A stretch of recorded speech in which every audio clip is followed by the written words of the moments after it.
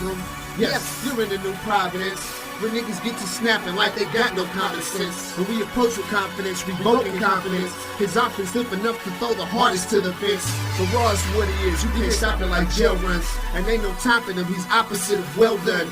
Rare without care, put clocks on the line. Comfortable with my flow, it's like I got Crocs on my rhymes. No, rocket science, fuck the Cody, Hey, put them guns away, man. We Still F4. with We this ain't shit, the gun man. show. Hey, ain't you the got a gun license for show, that man. shit, bro? Oh, Oh, man. Cody came out with 2 guns, man. You know what I'm We ready saying? to Yeah. go. But that's okay, man, because we in our Dirty South division, man, and we going to get it dirty, man. Let's go ahead and pop this one off. We're going to talk about over-under win totals, division, and conference odds, and we're going to get this one popping. Let's go ahead and start with Jay Reeves. Who did you get out of this division? man, I got the Atlanta Falcons. To come up out this division is plus 700.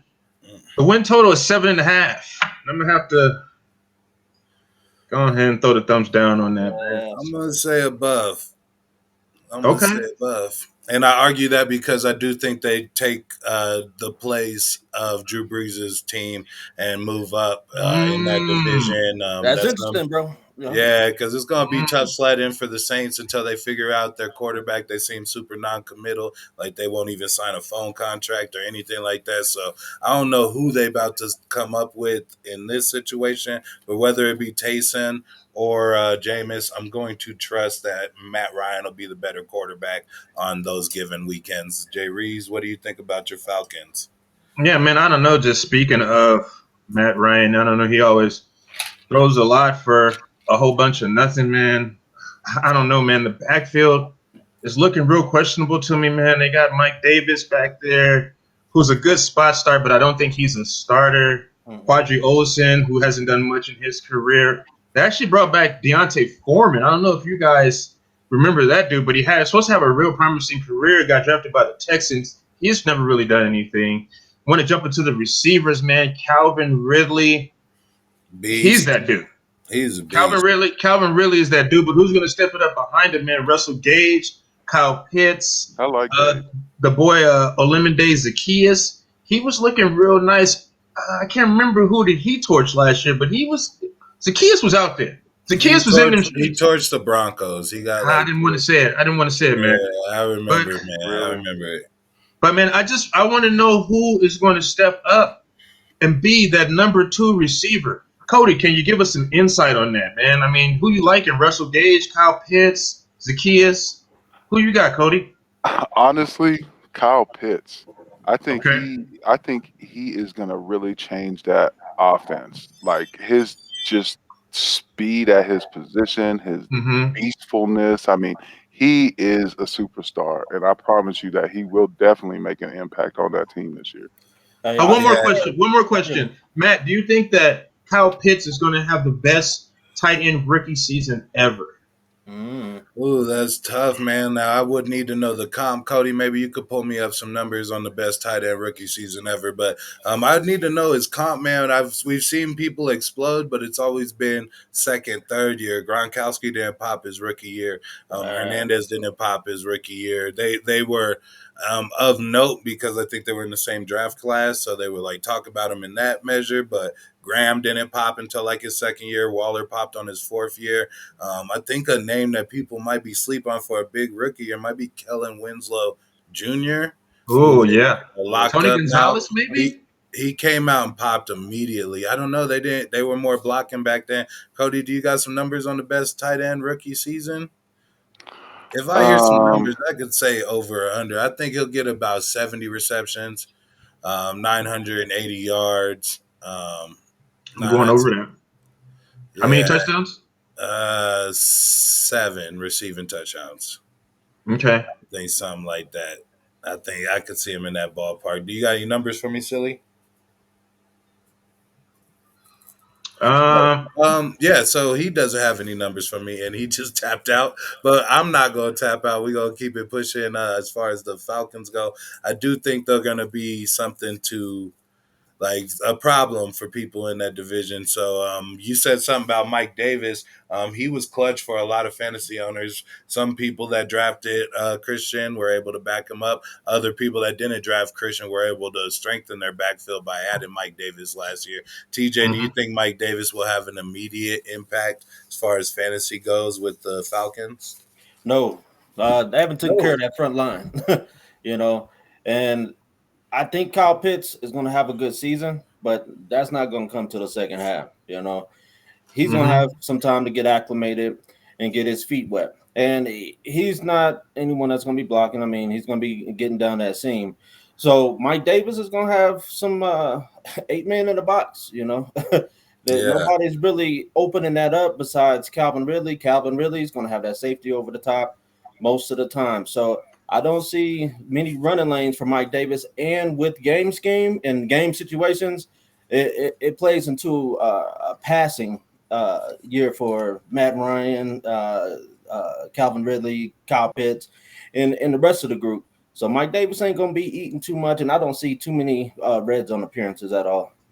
Yeah, I mean, I guess the one thing that was of question was Ridley. His ADP has been super high, and he's been taken around like the likes of DK Metcalf, Justin Jefferson. Do you guys have like a list of players that you wouldn't take before Ridley, or is he on your radar? I never get him, and I never really feel bad about not getting him. Do you guys explain any of that? Like as far as Ridley, what's his value? Who are some of his comps or peers in the fantasy totem pole? Ridley has tremendous value. As a matter of fact, I think he's the third receiver coming off the board. The third? So I believe that he is. And he's going to be that's high. He's going to be targeted heavily this season coming up, man. So I don't know, man. That's definitely a man that I always like to get on my roster. I always feel like I'm a year too early on this, but Ridley has been doing it since his rookie season. Just a quick side story. I picked up Ridley in one of my leagues, and when he was a rookie, I dropped him right away because the man got 0 points, and I watched the whole game, and then he just continued, and then he just proceeded to explode his rookie year. I think week 2 he got 3 touchdowns. Yeah. So, I mean, like, I don't know. Ridley is the man. Yeah, man, you gotta be careful with that early cut stuff, man. Sometimes you gotta stick with your gut. You gotta be okay with taking like a bad week from a player that you know is solid, and that's something you gotta learn with the discipline of fantasy football. We're gonna push it into the next team in the NFC South, which it will be the Carolina Panthers. Boss, you got the Carolina Panthers? Yes, sir. Yes, sir. And so Carolina, I mean, they got me scratching my head. I don't know if Matt Rule invited Sam Darnold over for a snack or he's staying for dinner. It's that's something I got to figure out. But as far as the team is concerned, I like them, but then I don't. I mean, they over under right now is at 7.5, and I got them. You going up on that one? I'm going down. 7.5 is a hefty number, man. It is. It is. Yeah, and I got them hitting at 5, but the tools are there. So this is why I don't know what exactly is going on, because you have 2,000-yard receivers. We got DJ Moore, we got Rob Anderson, and we know we got Run CMC tearing up the carpet, So, and then you got Sam Darnold. What is he going to do with these weapons? He has a nice line. Defense is pretty much middle of the pack. So if things don't go right, I can see Sam Darnold and Matt Rule, sailing away. Or if Matt Rule brought Sam Darnold in there so he can prep to get his guy in there and handpick his quarterback for his future.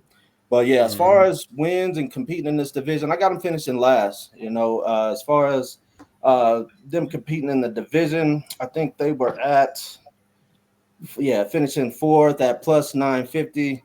I don't see them scraping or climbing any above that, but they can though. The tools are there. Yeah. So this is going to be a turning point for Sam Darnold and his career if he can use the tools that he's been equipped with, because he didn't have this in with the Jets. So if he takes these tools and he can knock over that 7-5, we get 8, we get 9. Hey, he has a future.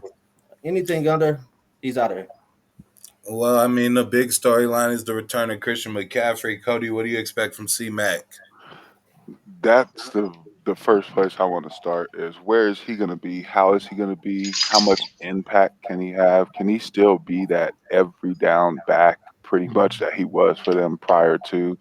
Like, I feel he's going to definitely take a decline. I think he will still be explosive. I mean, he's Christian McCaffrey, but outside of any like super explosive like we've seen him in the past, I don't think that's going to happen, especially with some of the ways Mike Davis has been running and will continue to run. I feel like that it's going to become more of a shared backfield, definitely weighing more in Christian's favor, but we'll see.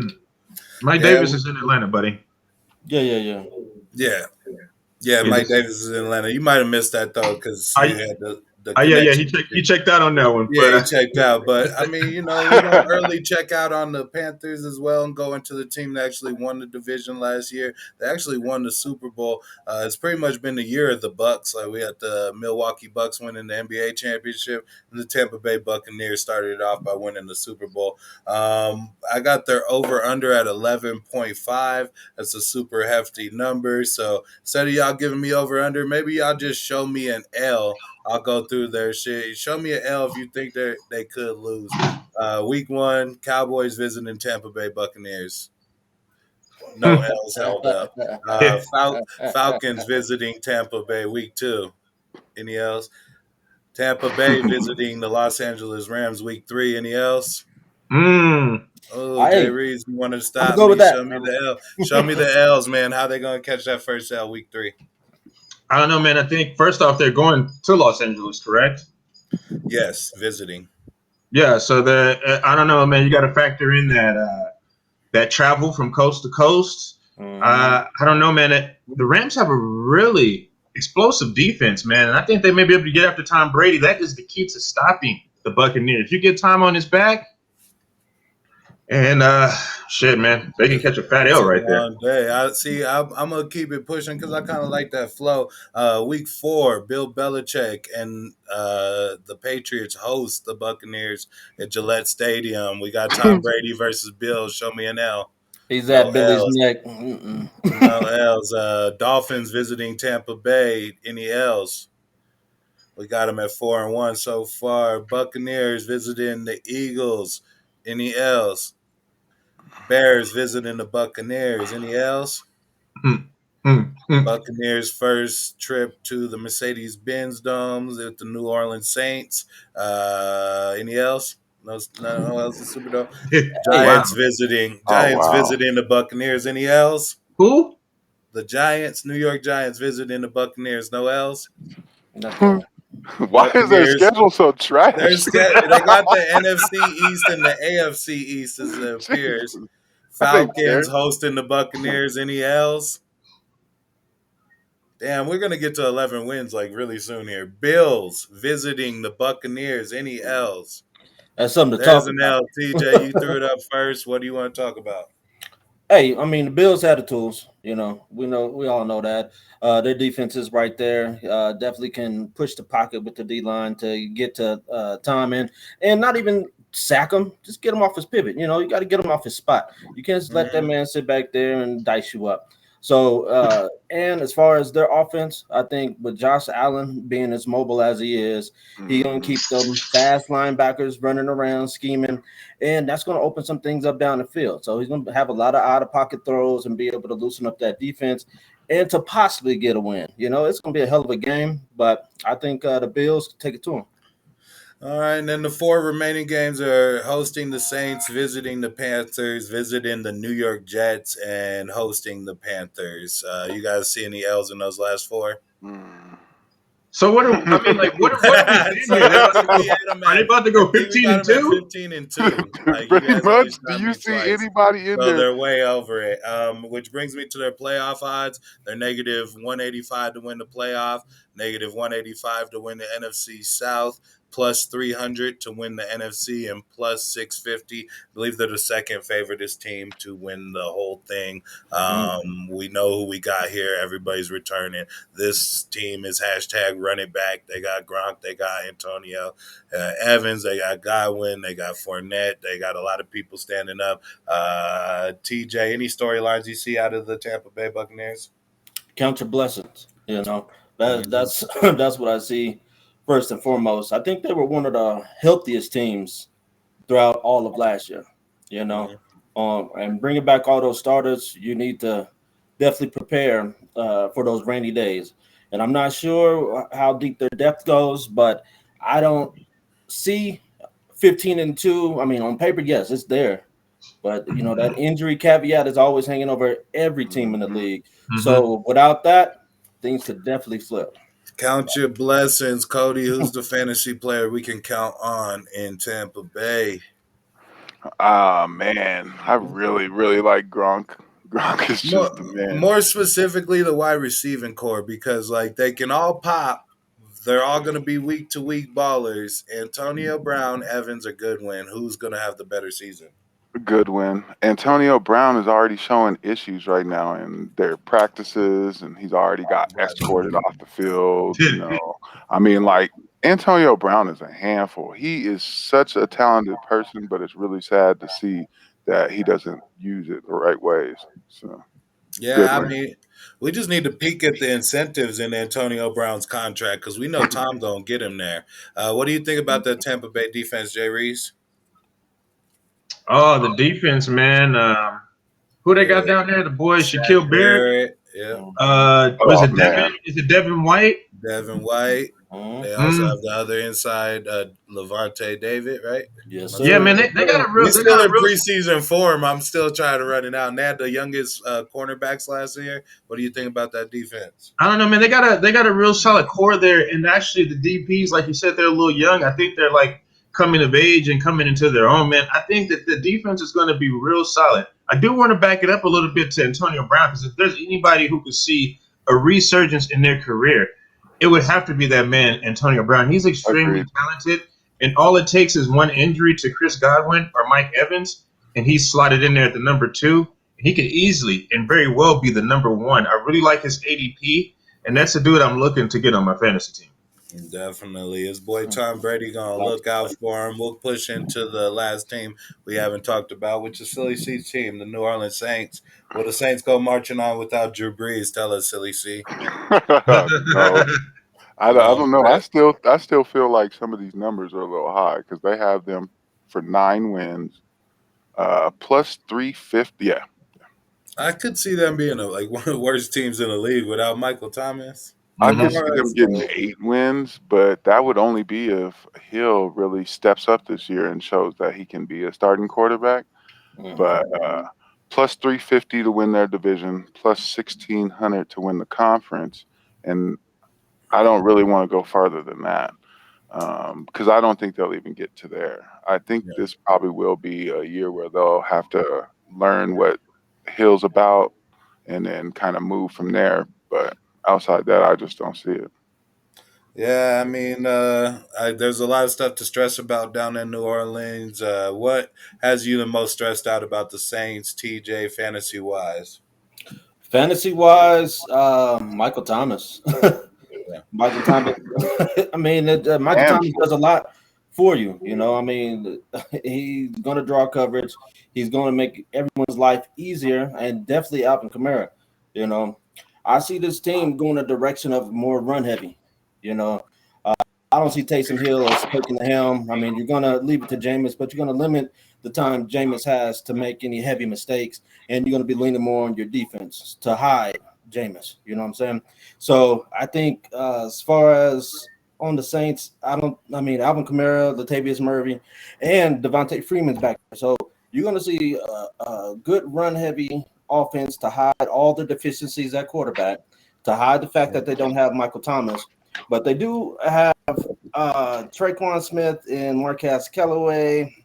They're not lighting up anybody's draft boards, but they could be serviceable.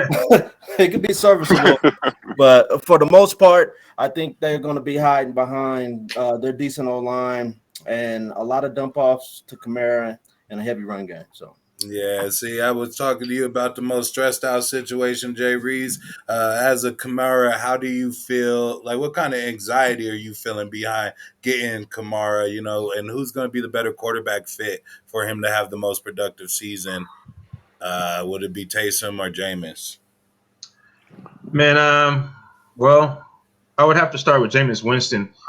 Gives him the best opportunity to collect up a lot of fantasy points. But I'm a little worried about Alvin Kamara, man. He has a lot of tread on the tires, but he's still a young buck, so he's okay there. But they're gonna feed him a lot this year, almost a little bit too much for my liking, and it really puts him in a position to get banged up. Man, but Alvin Kamara, he is that dude. He's a stud. He could get it done receiving or on the ground, man. I just feel like he's going to get the ball just a little bit too much this year. They're going to be keying in on Alvin Kamara.